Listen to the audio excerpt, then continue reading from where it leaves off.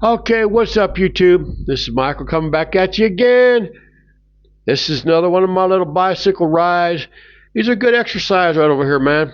I'm going through another little village that, well, it's one of my more favorite villages to ride through. It's it's a little bit safer, uh, not like robbery wise or harm wise, but there's not as many big trucks. Okay, it's mostly you can see it's mostly like residential type things with the little motos and little carts and stuff and people selling everything you can imagine.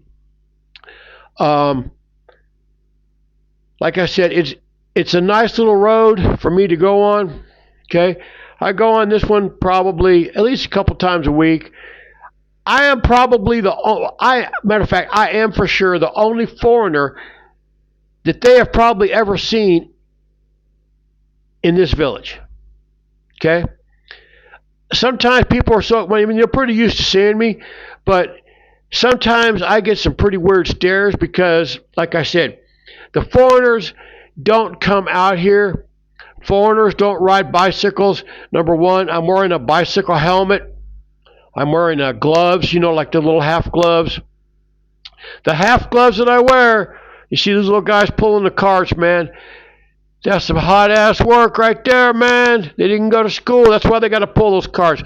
But the little gloves that I wear, those little half gloves I wear, are not necessarily for weightlifting or for bicycling. They're actually they're used for protection because on the where the knuckles go, there's some like hard pieces of plastic in there, like little points on them.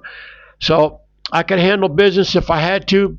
So that's why I wear those gloves. And I wear black sunglasses wrap around so they can't see my eyes, man. They don't know where I'm looking. I'm wearing a helmet. I'm a big ass foreigner on a big bicycle. So I just kind of like cruise through here, man. And they just look at me. But one of the reasons I like going in this little village area over here is if you look off to the right and the left sometimes, you're going to see like big areas that, like, I think there's one coming up on the right. Yeah, you're going to see over there is like a fence and everything right there. Okay, those are garment factories. Okay, this street is full of garment factories.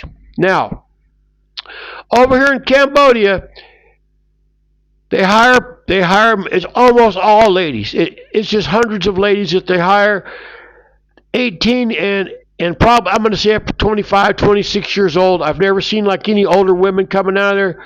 But sometimes, like I said, right now things are slow. The garments are not being sold in other places like the U.S. because the economy's kind of messed up. But anyways, I like coming over this area because you come over here around like 9 o'clock in the morning, man, and those ladies are all out on the street. They're buying their little noodles or their little snacks or whatever it is, and they're just walking around in groups, man.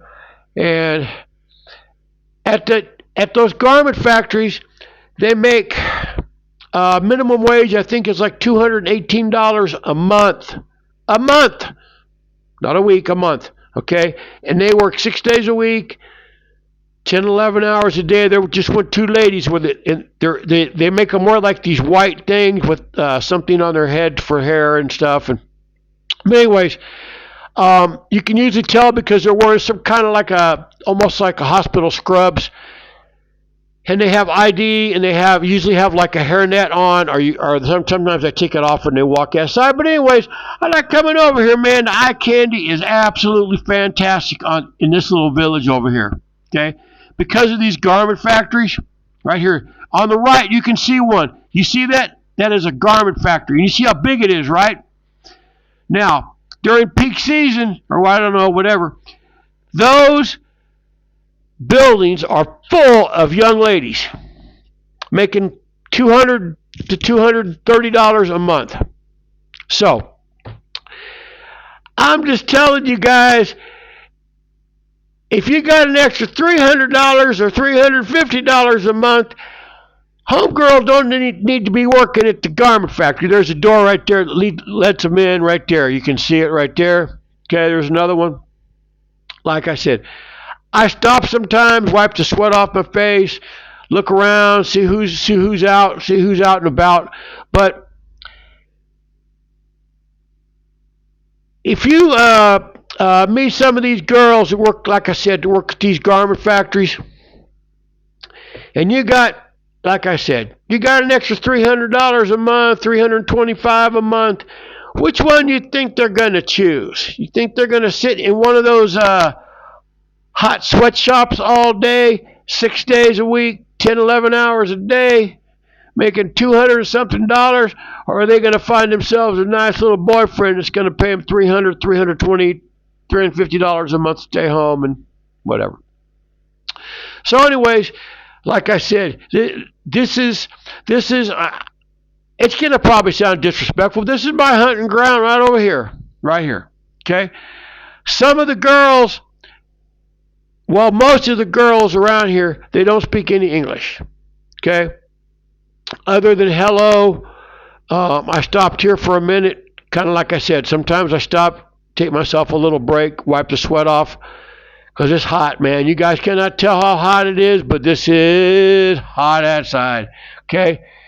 Even when I go out and drink my coffee, man, at 3 o'clock, 3:30 in the morning, man, I got to put the fan on out there on the patio because it's so damn hot.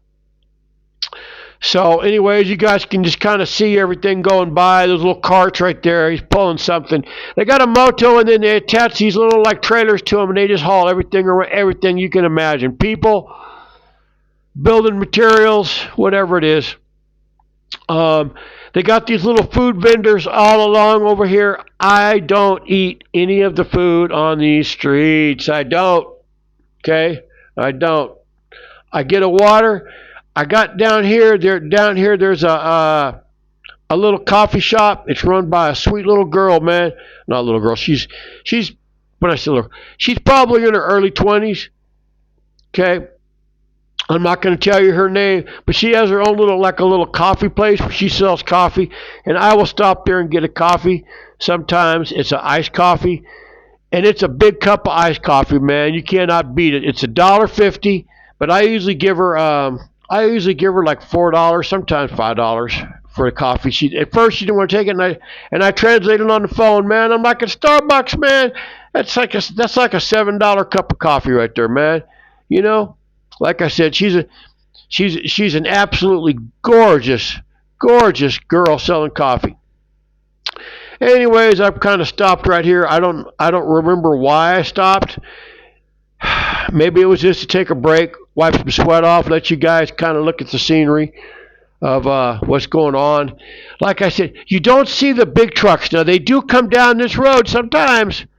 Sometimes these big trucks do come down this road. But for the most part, this road is actually pretty damn smooth. You can see it does have like a little, if you want to call it a drainage deal along the side, and that's not very much because they get monsoons over here, man, and that thing will fill up like you cannot imagine, okay? So this whole street right over here will have water across it.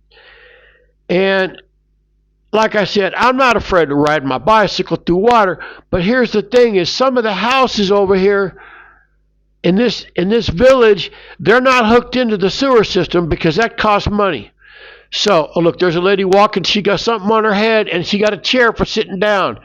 She got food on top of her head on a tray. They can walk around like that, man, all day long, walking around selling food with a big old tray on top of their head, balanced up there, holding a chair for her to sit down in someplace and try to sell that food. But anyways, these houses, a lot of them don't have the money, the funds to pay the city to come out and hook up to the sewer system. So they just run raw sewage out in these ditches and whatever. And I don't want to ride through that water. I don't want to get that water on me. Okay, so like I said, I can't remember why I was sitting here for so long. Okay, here we go. Now I'm going. Sometimes I take these videos and I got to break them down because I'm gone on a bicycle ride sometimes for 2 or 3 hours. And obviously I'm not going to make a 2 or 3 hour video. You guys wouldn't watch that, man. It's like a full-length movie, man. Nobody's. So I have to break them down later into smaller sections like I did this one. I break them down into like 13, 14-minute videos. So, but on my bicycle rides, I'm seldom gone for less than 2 hours. Like today, I'm kind of getting over my sickness. I left about 7:30 this morning, and I didn't get back till after 10. So I was gone for, like I said, close to, I would say 2.5 hours. I was gone. I take breaks. I stop along the way and sit down, take a little break in the shade. I try to find some shade somewhere. You can see this street's pretty damn narrow right here, but everybody just piles their damn trash outside, man. Okay? And over here in the hot sun, it is hot and humid, and that trash, let me tell you, when it sits out there for a few days, it is not pleasant to ride by. Okay? You can see right there, didn't much care for the, I think I made a short out of this one right over here, man. You guys can see right here, there's just trash everywhere, and it just stays there. The dump or a trash truck goes by, but they don't pick it up off the street. Okay, if it's not in a can, they're going to take the can or dump the can. Like a regular garbage man used to do. I think now in the USA everything's automated. They got the little arms to pick up the can. But anyways, they got guys that ride around the back of the trash truck, and they pick up the trash. But if it's not in the can, or if they got to spend like any extra effort to pick it up off the street, it's not happening. So it will just stay out there until that blue container or whatever their trash can is empty. And then the people that live there will throw it back in there again, so it kind of gets recycled. Eventually it will get picked up. But in the meantime, the smell is, well, let's just say it's something you don't really want to smell too much of. Okay. I'm turning back around. You guys can see down the street. Sometimes I go down this street. Sometimes I go down these other little streets. But these kind of streets right over here, these little small ones, I don't usually go down because they don't look like a place that I can really see a whole lot or really film a whole lot. So anyways, I'm just kind of staying right over here. Yeah, I got a couple minutes left on the video. I forget why I stayed here for so long. Maybe I was looking at the phone to make sure it was working correctly. There's somebody getting out of a pass app, and there goes a young lady on a moto, right? So you guys can see all these little villages, man. They're pretty much the same, right? They're pretty much the same. You guys see them, man. I take enough bicycle rides around. Like I said, I do it for exercise. Plus, I get to meet some nice, sweet little kittens, and sometimes, you know what I mean? So, you never really know. All right. Anyways, it's coming up over here. I got like a minute left, and I want to thank all of you guys for watching my video, man.